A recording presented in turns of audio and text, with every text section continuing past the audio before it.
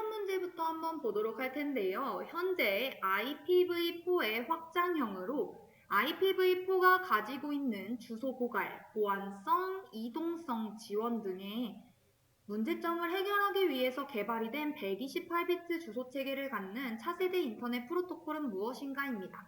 자, 이거 뭐죠? IPv4의 확장형. IPv6인 거죠. 자, 기억나셔야 됩니다. 자, IPv4 같은 경우에는 32비트로 구성이 되어 있고 그렇게 인터넷 사용자가 계속해서 증가가 되기 때문에 주소 공간이 고갈이 되니까 128비트의 주소 체계를 갖는 IPv6가 등장이 되는구나 라는 거 알아두셔야 되고, 자, 그 다음으로 넘어가 보도록 하겠습니다. 목적에 따른 디자인 패턴 유형에는 생성, 구조, 뭐가 있다. 괄호 안에 알맞은 유형을 쓰시오입니다. 자, 뭐죠? 그쵸. 행위죠, 행위.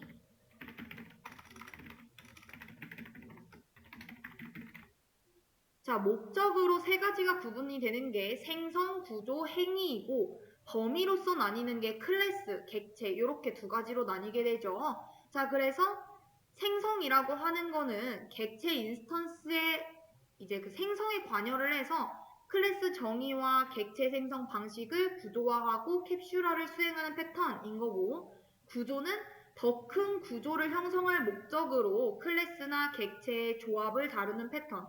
마지막으로 행위는 클래스나 객체들이 상호작용하는 방법과 역할 분담을 다루는 패턴인 거죠. 자, 그리고 범위도 아까 전에 제가 클래스와 객체로 나누어지게 된다라고 했는데, 클래스는 클래스 간의 관련성, 컴파일 타임에 정적으로 결정이 되고, 객체 같은 경우에는 객체 간의 관련성을 다루는 패턴, 그래서 런타임에 동적으로 결정이 된다라는 특징까지 있었습니다.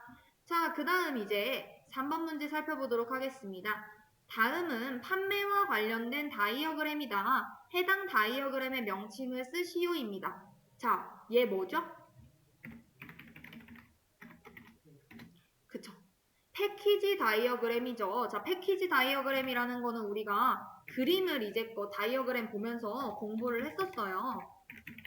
UML 다이어그램 하면서 UML 다이어그램은 통합 모델링 언어를 사용을 해서 시스템 상호작용, 업무 흐름, 시스템 구조, 컴포넌트 관계 같은 것들을 그린 도면이에요 라고 이야기를 하고, 이걸 그럼 왜 사용하나요? 라고 했을 때 프로그래밍을 단순화시켜서 표현하니까 의사소통하기가 좋고, 또 대규모 프로젝트에 로드맵을 만든다라던가 아니면은 개발을 할 때 시스템 구축의 기본을 마련하기 위해서 이렇게 사용을 한다라는 거. 그리고 우리 지금 방금 공부한 패키지 다이어그램 말고 UML 다이어그램에 어떤 것들이 있어요?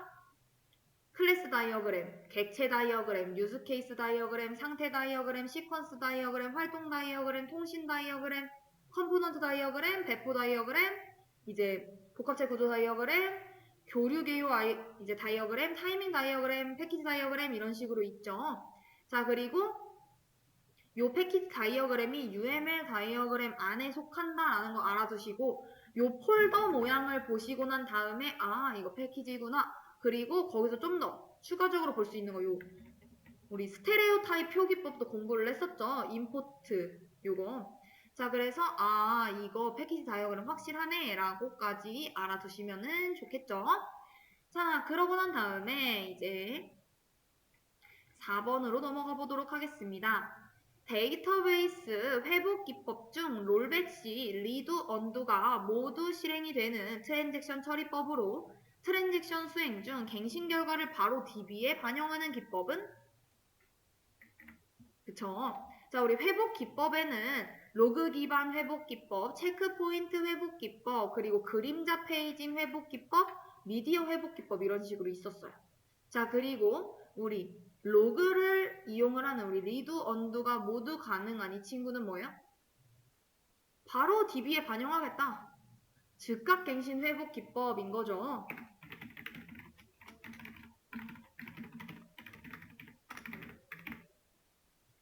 자, 그리고 이 즉각갱신 회복 기법과 조금 차이가 있는 게 지연갱신 회복 기법이라고 해가지고 트랜잭션의 부분 완료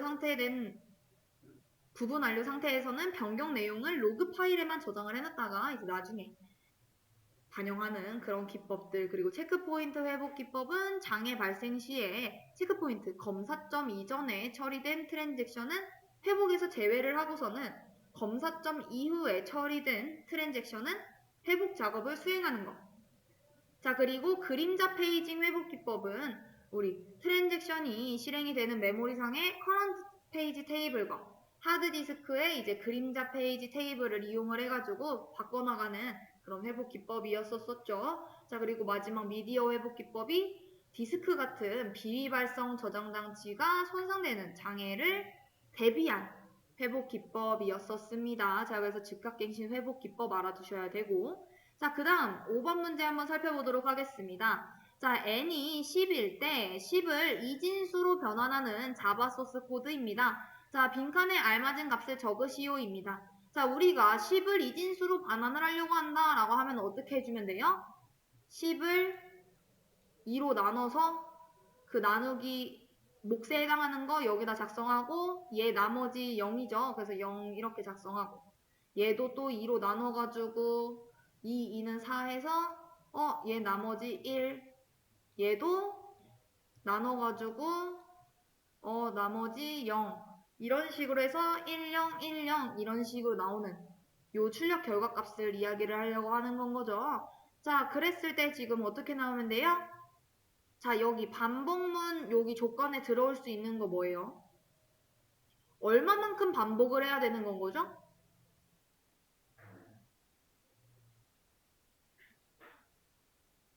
자, 여러 개가 나올 수 있죠. 자, 어떻게 하면 돼요?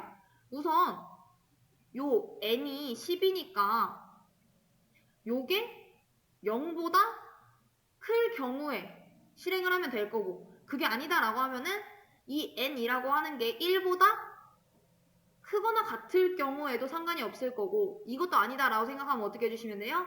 요 i라고 하는 친구가 8보다 작을 경우, 왜? 이 i라고 하는 친구는 요 배열을 탐색하려고 하는 친구인 건데 우리 총 8칸이니까 8보다 작으면은 0, 1, 2, 3, 4, 5, 6, 7까지 갈 거니까. 그게 아니다라고 하면은 i가 7보다 작거나 같을 경우. 그래서 총 올 수 있는 답안은 4개죠.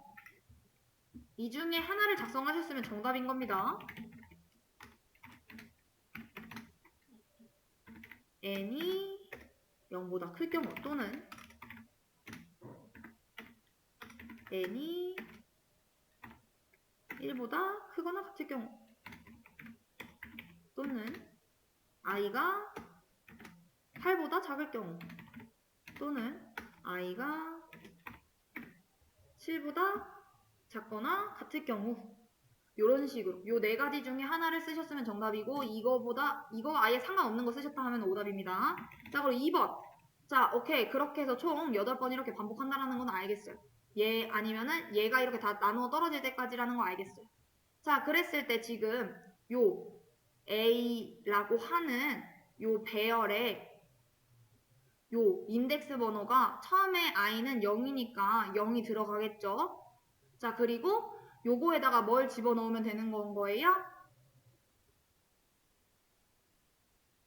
어떤 결과를 넣어주면 되는 건 거죠? 그쵸. 우리 지금 어떤 작업을 이용을 해가지고 이 이진수로 변환하는 과정을 얻었어요? 얘를 2로 나누었을 때 뭐에 해당하는 게 여기에 들어가야지 이진수가 될 수 있는 거예요? 나머지에 해당하는 친구가 여기에 저장이 되어야지만 가능한 거잖아요. 이진수를 변환을 한다라고 했을 때. 자, 우리 나머지를 뜻하는 거 뭐예요? 기호? 요 퍼센트 기호죠. 몫을 구하는 게 요 슬래시고. 자, 그래서 어떻게 해주면 돼요? 요 n 10이라고 하는 값을 2로 나누었을 때 나머지에 해당하는 값 요렇게 작성을 해주시면 되겠죠. 자, 그리고 이 밑에서는 지금 어떻게 해주고 있어요? n을 2로 나누었을 때 그 몫을 지금 n한테 넣어주고 있는 건 거죠. 그 작업은 왜 필요한 거예요? 여기 n이 바뀐 다음에 그 n을 또 다시 2로 나누어가지고 몫에 해당하는 거를 이제 또 n으로 바꿔놓고 나머지에 해당하는 거는 요 배열 안에다 집어 넣어놔야 되기 때문에 지금 요 작업을 이루게 되는 건 거죠. 자, 그래서 그렇게 진행이 되고 나면은 어떻게 하겠다? 뒤에서부터 7부터 하나씩 꺼내가지고 와가지고 이 배열을 출력을 하겠다라고 했습니다. 자, 그러면은 이렇게 출력이 될 거예요. 자, 그래서 실행해보면은 잘 나오는 거 확인해 보실 수 있고 문제의 정답은 다음과 같습니다. 자, 그리고 이제 6번 한번 살펴보도록 하겠습니다.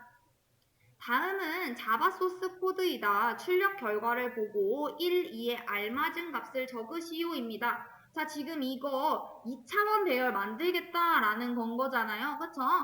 자, 근데 얼마만큼 사이즈의 2차원 배열을 만들어야 돼요? 우리 지금 출력 결과가 이렇게 작성이 되어야 된대요. 자, 우리 그러면은 지금 행이 몇 개예요? 행 몇 개 필요하죠? 하나, 둘, 세 개 필요하죠? 자, 그렇기 때문에 1번 가로에 들어와야 되는 건 뭐예요? 여기에는 3이 와야 될 거고, 자, 두 번째, 여기에는 이제 열이 몇 개 필요해요?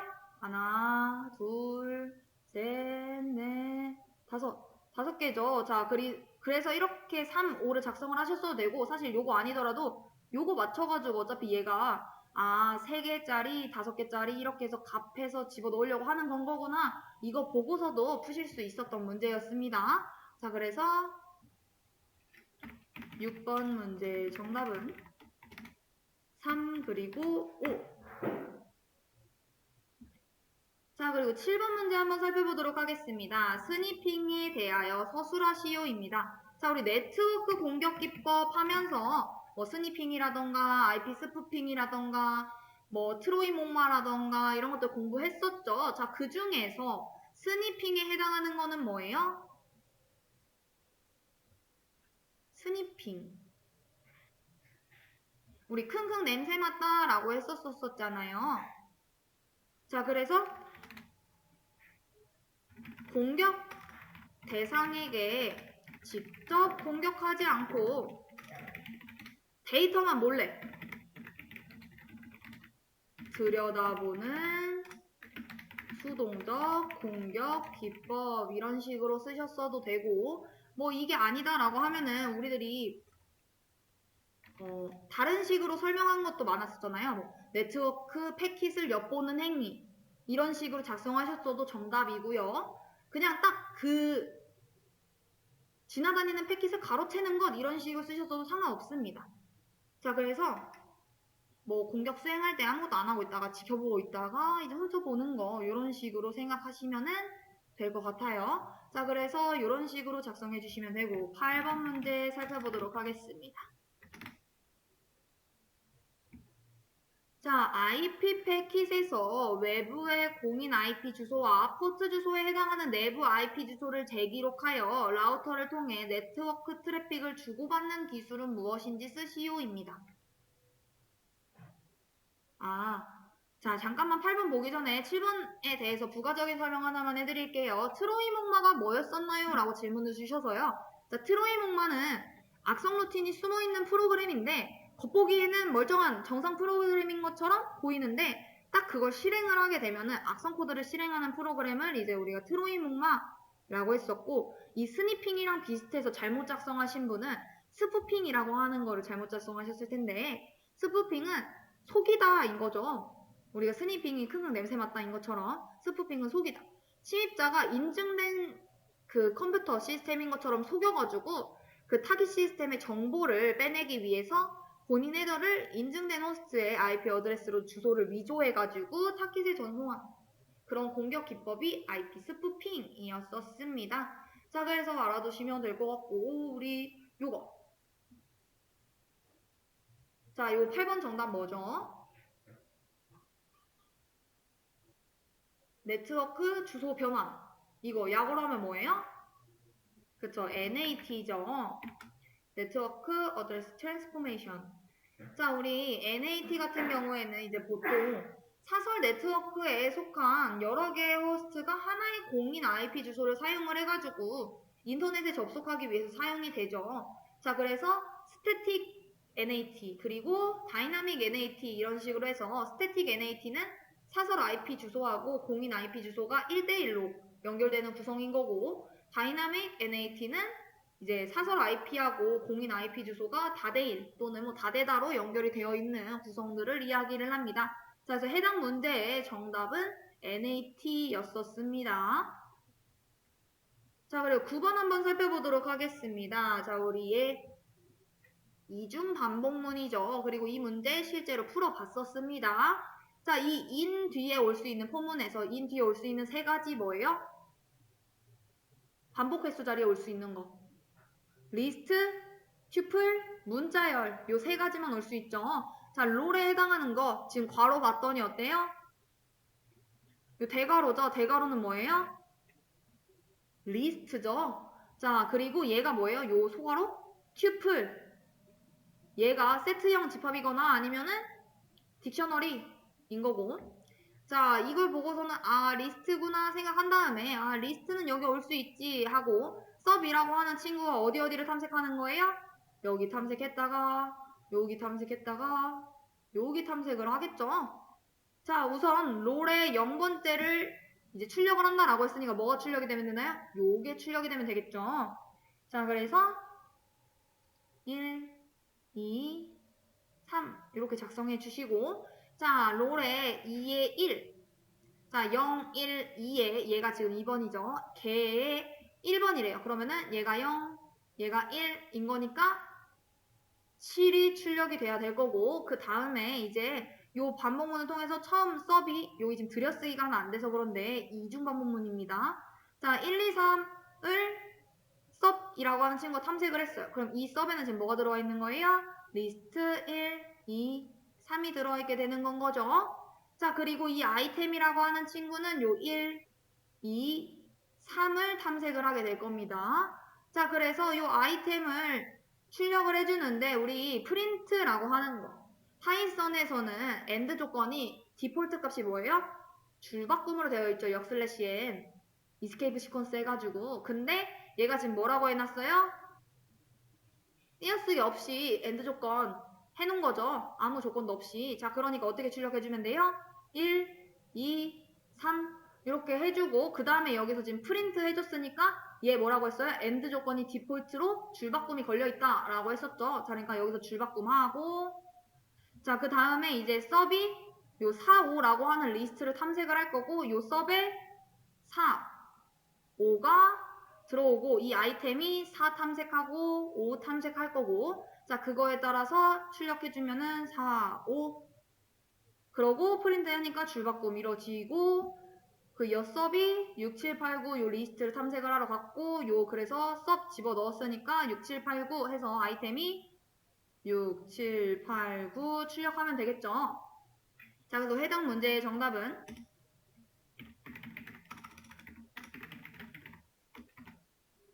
자, 첫 번째 줄은 1, 2, 3 이렇게 출력이 되고, 그 다음에 7, 그 다음 1, 2, 3, 그 다음 4, 5, 그 다음 6, 7, 8, 9 이런 거 문제 작성하실 때 줄바꿈이랑 그 AND 조건들 잘 맞춰가지고 작성하셔야 되는 거. 어차피 시간 많잖아요. 그 시험 보고 나면은 사실 나갈 수 있는 시간대 거의 다 나가시거든요. 이게 시험 시간에 몇 분 이상이 돼야지만 나갈 수 있어가지고 어차피 하실 것도 없는데 검토 한 번씩 더 하시고 내가 진짜 잘 썼나 이렇게 확인 한 번씩만 더 해주세요. 아깝잖아요. 만약에 아는 문제인데 틀리면은. 자, 그럼 10번 문제 한번 살펴보도록 하겠습니다. 분산 컴퓨팅 기술 기반의 데이터 위변조 방지 기술로 P2P 방식을 이용을 해서 기반으로 해서 소규모 데이터들이 연결되어 형성된 블록이라는 분산 데이터 저장 환경에 관리 대상 데이터를 저장함으로써 누구도 임의로 수정할 수 없고 누구나 변경의 결과를 열람할 수 있게끔 만드는 기술은 무엇인가입니다. 자, 이거 뭐죠? 자, 블록이라고 하는 분산 컴퓨팅 기반의 방지 기술. 금융에서 많이 사용이 되는 거. 그쵸. 블록체인이죠. 블록체인은 이제 알고리즘으로 POS라고 하는 것도 많이 사용이 되는데 이더리움이 이제 채택한 알고리즘으로 화폐량을 더 많이 소유하고 있는 승인자를 우선으로 해가지고 블록 생성할 수 있게 하는 알고리즘인 거고 블록이라고 하는 거 요 키워드만 갖고서도 사실 찍어서 푸신 분들도 많으세요. 자, 그래서 블록체인 꼭 알아두시고 자, 그 다음 한번 살펴보도록 하겠습니다. 오픈소스 기반으로 한 분산 컴퓨팅 플랫폼으로 일반 PC급 컴퓨터들로 가상화된 대형 스토리지를 형성을 하고 그 안에 보관된 거대한 데이터 세트를 병렬로 처리할 수 있도록 개발된 자바 소프트웨어 프레임워크로 구글, 야후 등에 적용한 기술은 그쵸. 자, 우리 이 문제도 같이 한번 풀어봤었죠. 신기술 하면서. 자, 얘 뭐예요? 야후, 구글에 적용됐었던 거? 그쵸. 하둡이죠, 하둡. 하둡은 요거 잘 알아두시고 우리 하둡 분산 파일 시스템이라고 해가지고 대용량 파일을 분산된 서버에 저장을 하고 그 저장된 데이터를 빠르게 처리할 수 있도록 하는 시스템도 있어요. 그게 뭐다? 하둡 분산 파일 시스템. 그리고 그 하둡의 구성으로서 이제 있는 친구가 우리도 공부한 맵리듀스라고 하는 거 기억나실까요? 맵리듀스. 대용량 데이터 세트를 분산 병렬 컴퓨팅에서 처리하거나 생성하기 위한 목적으로서 만들어진 소프트웨어 프레임워크. 자, 그래서 하둡, 맵리듀스 이런 것도 같이 세트로 해서 알아두시면 좋을 것 같습니다. 자, 그리고 12번 문제 한번 살펴보도록 하겠습니다. 이상현상의 종류 3가지를 작성해주세요입니다. 자, 우리 데이터베이스의 이상현상 3가지 뭐뭐뭐뭐예요? 자, 정보 저장을 해야 되는데 나는 이 정보를 굳이 넣고 싶지 않은데 불필요한 세부 정보를 입력해야 하는 경우. 자, 이거 무슨 이상이죠? 내가 넣고 싶지 않은 것까지 넣어야 되는 거. 그쵸, 삽입 이상. 그리고 내가 원치 않았던 정보가 같이 삭제가 돼요. 그쵸, 삭제 이상. 그리고 이제 특정 값만 수정이 돼가지고 중복된 값들이 이제 모순을 일으키는 거예요. 뭐 예를 들면은 우리가 그때 학과장 이야기를 들었었죠. 학생들이 짜르르락 있는데 한 명의 학생의 학과장만 변경을 해놨어요. 자, 그러면은 어떤 이상 발생하죠? 그쵸, 갱신 이상 발생하죠. 자, 그래서 갱신 세 가지래. 이상현상 3가지 꼭 알아두셔야 되고 이제 이 것들이 발생하는 거는 무슨 현상인 거예요? 다른 속성값들과의 불일치 때문에 발생하는 현상인 거고 이게 이제 목적이 되는 거는 정교화를 통해 가지고 이런 이상현상들이 발생하지 않도록 하는 게 목적인 거죠. 정교화라고 하는 게. 자, 그리고 우리 프로세스 상태 전이도 이것도 공부했었습니다. 1번, 2번, 3번에 알맞은 상태를 쓰시오입니다. 자, 우리 지금 1번 상태에 해당되는 거 뭐예요? 자, 1번 상태는 지금 CPU를 할당받을 수 있는 상태인 거죠. 준비 상태입니다. 생성이 되고 난 다음에 여기 준비가 이루어져야죠. 1번이 준비. 자, 그래서 CPU를 할당받을 수 있는 상태가 된 다음에 거기서 이제 디스패치로 가는 거. 그리고 만약 여기서 성공적으로 종료가 되면 완료가 돼요. 자, 이거 뭔 거예요? 그쵸, 실행인 거죠. 자, 그리고 근데 실행을 하다가 중간에 이제 입출력 발생해가지고 여기로 와야 돼요. 그리고 여기서 이제 요 준비 상태로 가게 되는 거는 뭐죠? 웨이크업, 실행되는 거. 그러니까 프로세스 실행 중에 입출력 처리랑 뭐 이런 것들 때문에 CPU를 양도를 하고 입출력 처리가 완료될 때까지 그 리스트에서 기다리고 있어요. 대기 리스트에서. 이게 뭔 거예요? 대기 상태인 거죠. 자, 그래서 3번은 대기였었습니다. 자, 그래서 요 준비, 실행, 대기 구멍 뚫려도 맞추실 수 있어야 되고 또 뚫릴 수 있는 게 여기 디스패치라고 하는 것과 웨이크업 이런 것도 뚫릴 수 있다. 라는 거를 말씀을 드렸었습니다. 그래서 이 그림 자체를 알아두셔라 라는 거. 자, 그리고 14번 문제 한번 살펴보도록 하겠습니다. 테스트 오라클이라고 하는 게 뭐였었죠? 이 테스트의 결과가 참인지 거짓인지 판단을 하기 위해서 사전에 정의된 참값을 입력을 해가지고 비교하는 기법이었었잖아요. 자, 그래서 그 테스트 오라클의 유형 총 4가지 저희가 공부를 했었고 어떤 거 있었어요? 모든 입력값에 대해서 모든 기대 결과를 생성해서 오류 검출하는 거. 참 오라클. 그리고 지금 문제처럼 특정한 몇 개의 입력값에 대해서만 기대하는 결과를 제공해주는 거. 뭐예요? 그쵸. 그래서 문제의 정답은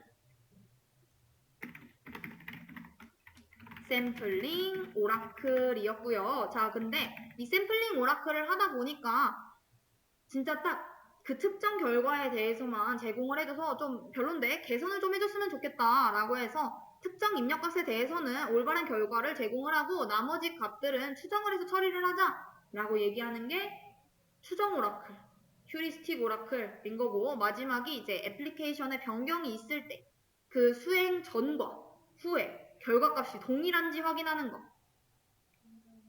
그쵸. 일관성 검사 오라클이죠. 자, 그래서 그 네 가지 오라클도 테스트 오라클도 꼭 알아두시고 요게 샘플링 오라클이었구나 라는 것까지 알아두시면 좋을 것 같습니다. 자, 그리고 15번으로 넘어가 볼까요?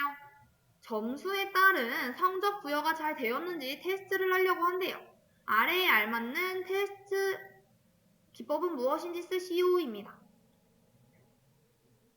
자, 요거 무슨 테스트 기법인 거죠? 경계값 분석? 중간값 테스트? 자, 동등분할 테스트입니다. 우리 블랙박스 테스트 안에 동등분할 테스트, 그리고 경계값 분석 테스트 이런 식으로 있었던 거 기억나시죠? 아까 블랙박스 테스트 공부했으니까. 동등분할 테스트라고 쓰셨어도 되고 동치분할 테스트라고 쓰셨어도 상관없습니다. 자, 우리 동등분할 테스트는 뭐예요? 입력 데이터의 영역을 유사한 도메인별로 유효값 또는 이게 유효하지 않다면 무효값 같은 것들을 이제 그룹핑을 해가지고 대표값 테스트 케이스를 도출을 해서 테스트하는 기법을 이야기를 하죠. 그래서 그 데이터 영역에 가까운, 즉 예를 들면은 뭐 예로 따지면은 뭐 마이너스 1, 0, 1, 뭐 예로 따지면은 58, 59, 60 이런 게 아니라 그냥 영역 내에 있는 일반 값들로 테스트하는 것을 이야기를 해요.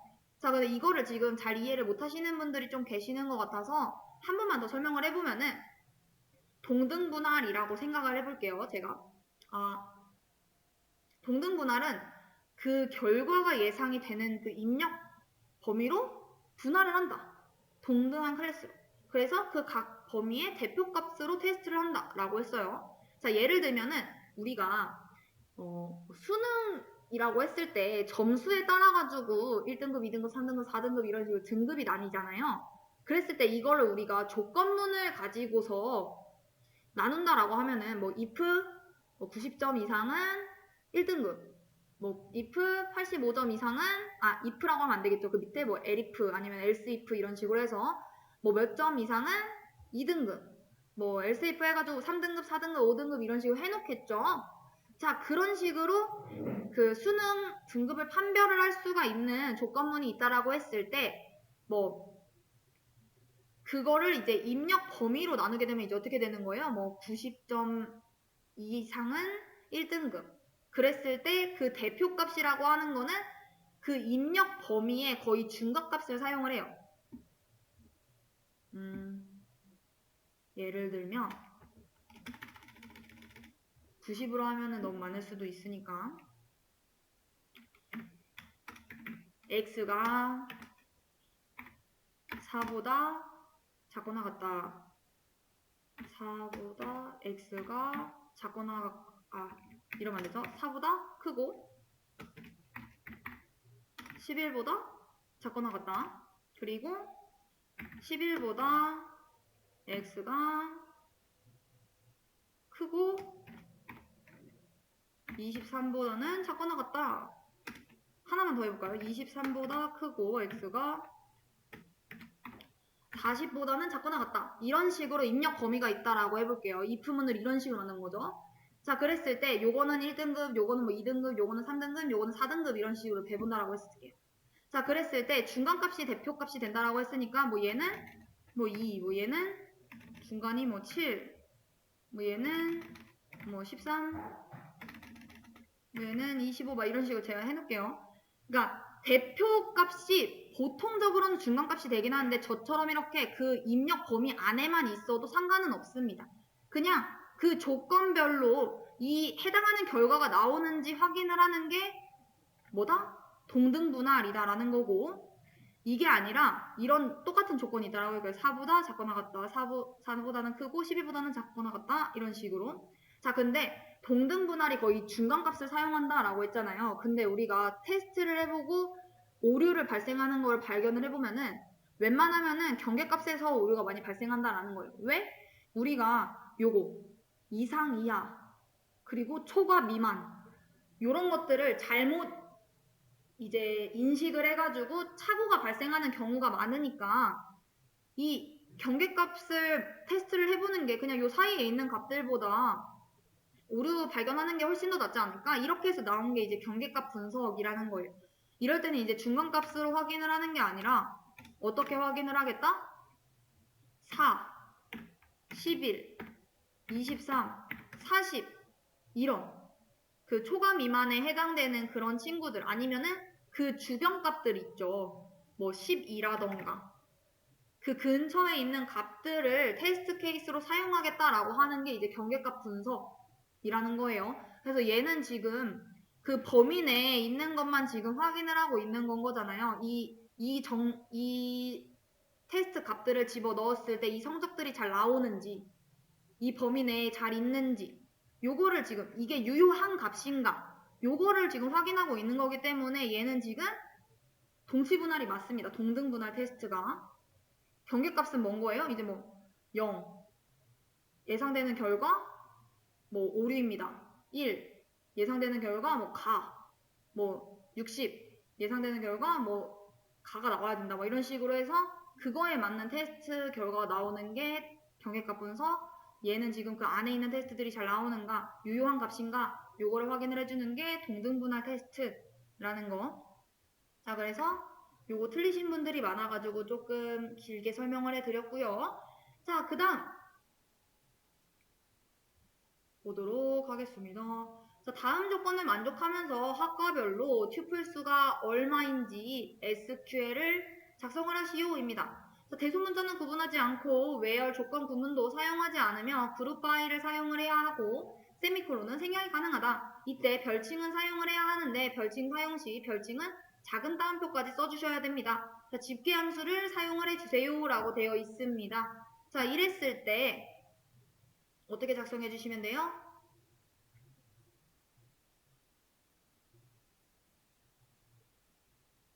자, 우리 우선 이렇게 조회가 돼야 되는 건 거잖아요. 그쵸? 자, 우리 우선 조회해야 되니까 뭐부터 우선 써줘야 되나요? 셀렉트부터는 우선은 딱 생각을 해주셔야 되죠. 아, 이거 셀렉트 나와야 되네. 이 생각해 주셔야 되고, 그 다음에 얘가 이제 출력해야 되는 게 학과라고 하는 것과 학과별 튜플수라고 하는 거를 출력을 해줘야 되니까 우선은 그대로 그냥 써볼게요.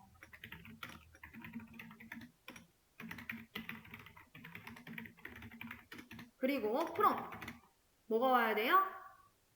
어떤 테이블 이용할 건지 테이블명이 와야 되죠. 어떤 테이블에서 가지고 오나요? 학생 테이블에서 이 데이터들 가지고 올 거죠. 그거 이용을 해가지고 조회할 거잖아요.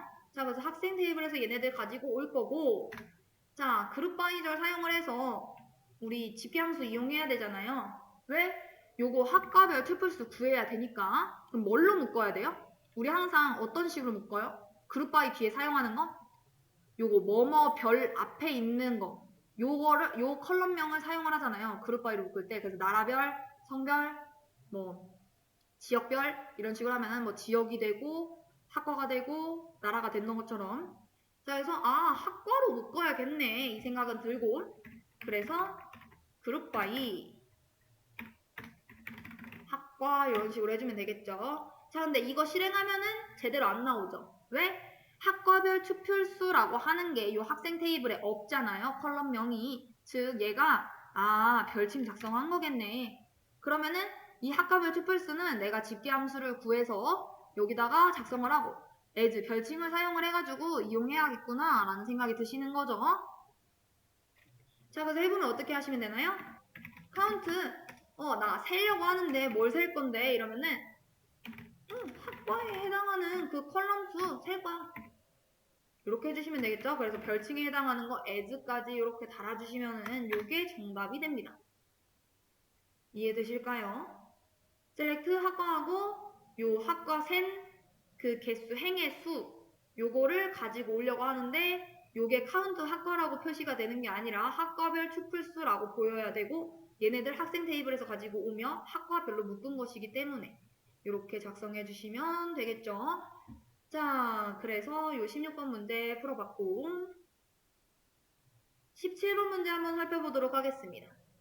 데니스 리치와 캠 톤슨 등이 함께 벨 연구소를 통해 만든 운영체제이며 90% 이상 시안으로 구현이 되어 있고 시스템 프로그램이 모듈화되어 있어서 다른 하드웨어 기종으로 쉽게 이식이 가능하며 계층적 트리 구조를 가짐으로써 통합적인 파일 관리가 용이한 운영체제는 무엇인가? 입니다.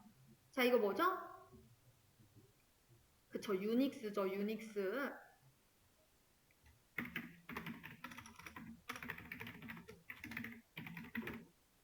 자, 유닉스의 특징은 뭐다?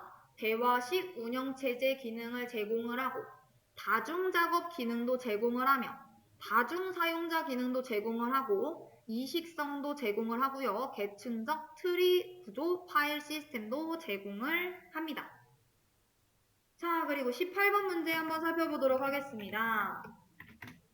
자, 18번 문제는 우리 풀어본 문제예요. 자, 문자열을 지금 포인터를 이용을 해가지고 저장을 해놓은 건 거고 요 P에는 요 코리아가 저장이 된 여기 맨 앞에 있는 주소가 저장이 되게 되는 건 거죠. 자, 그래서 프린트 F 출력하려고 한다. 뭘 출력하려고 하는데 이러면은 나 문자열 출력할 거야. 요 %S인 거 확인하고서는 그러면은 주소 알려줘. P 이래서 여기 맨 앞에 있는 주소 넘겨줬으니까 어떻게 출력돼야 돼요? 코리아 출력돼야 되죠. 자, 그러고 난 다음에 이제 두 번째 봤더니 나도 문자 열 출력할 건데 그 P의 위치를 3칸 이동시켜줘. 자, 이래서 봤더니 한 칸, 2칸, 3칸. 자, 여기에서부터 끊어오라는 거죠. 자, 여기서부터 끊으면 뭐예요? 이 A만 가지고 오겠네요.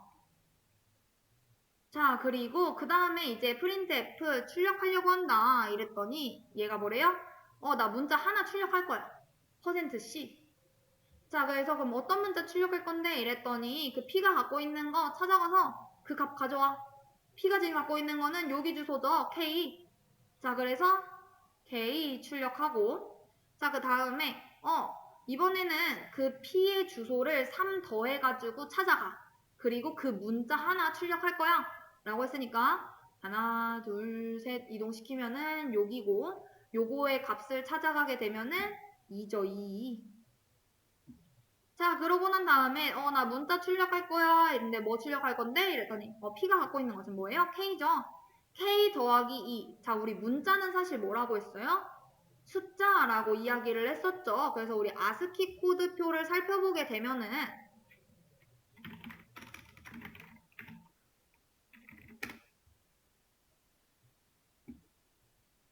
자, 어때요? 지금 K가 여기 있고 K에서 2를 더하게 되면은 하나, 둘, LM이라서 그 다음 M이 이제 출력이 되겠네요. 자, 그래서 이렇게 출력이 돼야 되는 게 맞습니다. 자, 그래서 8번 문제는 코리아 EA KEM. 자, 그리고 19번 문제 한번 살펴보도록 하겠습니다. 보게 되면은 지금 얘도 메인부터 한번 살펴봐야겠죠. 자, 그래서 메인부터 살펴볼 때 지금 어때요? 페런츠라고 하는 클래스로 오브젝트 변수 만들고 new라고 하는 연산자 이용을 해서 이제 차일드 객체를 이제 생성을 하겠다라고 합니다. 자, 이런 것처럼 상위 클래스로 자료형을 선정을 하고 하위 클래스로 이제 객체 변수를 생성하는 거. 자, 이렇게 하는 이유는 딱 한 가지밖에 없어요.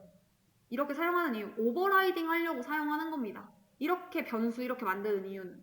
왜냐면은 child라고 하는 이름으로 클래스로 변수 만들어도 되고 얘로 이용을 해가지고 또 변수 만들어도 상관없어요. 객체 만들어도 상관없어요. 그쵸? 자, 근데 이렇게 사용하는 이유는 얘 오버라이딩 하려고 하는구나 라고 그냥 생각해 주시면 될 것 같고, 자, 그러고 난 다음에 어때요? 얘가 이제 실행을 하겠다라는 건 거죠. 프린트를 하려고 하는데 뭘 프린트 할 건데? 이랬더니 오브젝트가 갖고 있는 컴퓨트라고 하는 그 메소드를 호출해서 그 값 여기다가 실행시켜줘 라는 건 거죠. 리턴해줘 라는 거죠. 자, 그래서 봤더니 우리 얘도 컴퓨트라고 하는 게 있고 얘도 컴퓨트라고 하는 게 있어요. 이름도 똑같고 매개 변수 개수도 똑같고 자료형도 똑같아요. 자, 이게 이제 뭔 거예요? 상위에 작성이 되어 있지만 아래에 똑같이 또 재정의하는 거. 얘를 오버라이딩이라고 얘기를 하죠. 하위 클래스에서 상위 클래스의 메소드를 재정의하는 거. 자, 이 오버라이딩 메소드를 하게 되면은 우선순위가 부모 메소드가 높은가요? 아니면은 자식 메소드가 높은가요? 자식 메소드가 더 높죠. 내가 자식으로 객체를 생성을 했어요. 자, 그랬을 때 자식에 똑같은 게 있어요. 자, 그러면은 내가 더 중요하잖아요. 우리가 부모님의 유전자를 갖고 태어나기는 했지만 내 자아가 생기면서 내가 더 중요하잖아요. 내 결정을 하는 데 있어서 부모님 의견도 물론 중요하긴 하지만 내 결정이 최종적이기는 하죠. 그처럼 우선순위는 내가 더 높습니다. 자, 그렇기 때문에 이걸 실행을 하는 게 아니라 요거를 실행을 시켜야겠구나 라는 생각을 우선 1차적으로 하셨어야 되고, 자, 그 다음에 이제 요 num이라고 하는 변수에 4 값을 넣습니다. 자, 그리고 if 이 num이라고 하는 게 4보다 작을 경우에는 바로 그 num을 리턴을 하고, 그게 아닐 경우, else일 경우에는 compute라고 하는 함수를 다시 또 호출해가지고 num 빼기 1 플러스 compute num 빼기 3 이렇게 해라는 건 거죠. 자, 우선 실행시킬 때 4 넣어가지고 실행시키면은 4는 1보다 작거나 같다. 거짓이죠. 자, 그래서 밑에 있는 거 실행시키게 되면은 여기다 쓸게요. 컴퓨트 4 빼기 1 하면은 3. 그리고 플러스 컴퓨트 4 빼기 3 하면은 1. 이렇게 되겠네요. 자, 이렇게 해서 나는 바로 반환을 하면 될 줄 알았는데 요거 아직 메소드 값이 아니죠. 우리 여기 반환 못하죠. 자, 그래서 얘네들 또 부른 거니까 얘네들이 부른 거잖아요. 호출했으니까 다시 갑니다.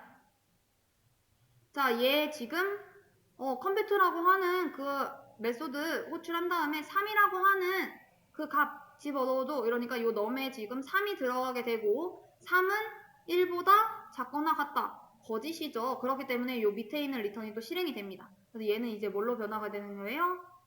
컴퓨트 3 빼기 1 하면은 2. 그리고 컴퓨트 넘이 3이니까 3 빼기 3 하면은 0이 되겠죠. 자, 그리고 얘네들도 계산을 해보면은, 자, 컴퓨트 했는데 넘을 이번엔 1로 보낸 거예요. 자, 그래서 1 보냈어요. 자, 그러면은 1은 1보다 작거나 같다. 같다 때문에 참이죠. 자, 그러니까 요 리턴 넘을 그대로 리턴을 해줘 라고 했으니까 이 넘 얼마예요? 1이죠. 자, 그러니까 얘는 그대로 1이 됩니다. 자, 그러고 난 다음에 아직 안 끝났잖아요. 얘네들이 남아있죠. 자, 그래서 얘부터 실행을 해볼게요. C2, 컴퓨트 2. 자, num이라고 하는 공간에다가 2를 집어넣습니다. 2는 1보다 작거나 같다. 거짓이죠. 그래서 밑에 있는 거 실행시키게 되면은 num은 2니까 2 빼기 1 하면은 1. 그리고 요거 2인데 2 빼기 3 하면은 마이너스 1이 되겠죠. 자, 그래서 C 마이너스 1 그러고 자, 이거 컴퓨트 0 요거 실행하면 얼마예요? 0은 1보다 작거나 같다. 참이죠. 그대로 리턴한다 라고 했으니까 얘는 0이 될 거고 이것도 그대로 써주면은 플러스 1 이렇게 되겠죠. 자, 그래서 얘네들 지금 이제 계산해 보려고 하는데 자, C1 계산해보면 어떻게 돼요? 넘은 1. 1은 1보다 작거나 같다. 참이니까 넘 그대로 반환해주면은 1 되고 마이너스 1도 1보다 작거나 같다. 참이니까 그대로 넘 리턴해줘 라고 했으니까 마이너스 1. 그래서 1 빼기 1 더하기 0 플러스 1 이거 계산하면 얼마예요? 얘네 두 개 0 되잖아요. 1 빼기 1 하면은 자, 그럼 0 빼지고 그럼 남은 건 1이죠. 자, 그래서 해당 문제 정답은 얼마다? 1이다. 그래서 재기함수를 풀 수 있는 문제냐, 너가 재계함수를 풀 수 있냐, 없냐, 이거를 판별하는 문제였습니다.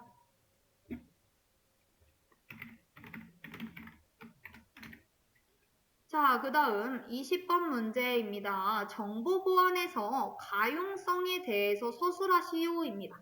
자, 우리 소프트웨어 개발 보안에 3개 요소가 있었습니다. 3개의 요소. 뭐뭐뭐였었어요?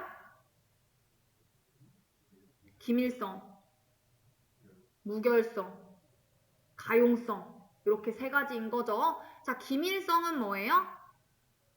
인가되지 않은 사용자에게는 시스템 접근이나 정보 공개가 안 된다라는 차단하는 특성인 거고, 인가된 사용자만 볼 수 있어야 된다.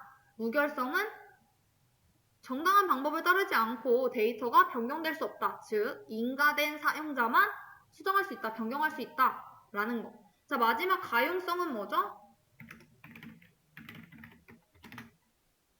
인가된 사용자는 내가 원할 때 언제든지 그 서비스 뭐 아니면 그 자원 이런 것들을 사용할 수 있도록 보장하는 특성. 이게 가용성이었는데 기억나실까요? 자, 그래서 정리해보면은 권한을 가진 사용자가 애플리케이션이 원하는 서비스를 지속 사용할 수 있도록 보장하는 특성. 방금 제가 말한 것처럼 그런 유사한 단어들이 이제 들어가 있으면 됩니다. 뭐 인가된 사용자만 컴퓨터 자원을 자유롭게 쓸 수 있어야 된다. 인가된 사용자는 컴퓨터 자원을 자유롭게 쓸 수 있어야 된다. 이게 좀 더 맞는 말이겠죠. 인가된 사용자만도 맞기는 한데. 자, 그래서 여기까지 저희 문제 다 풀어봤습니다.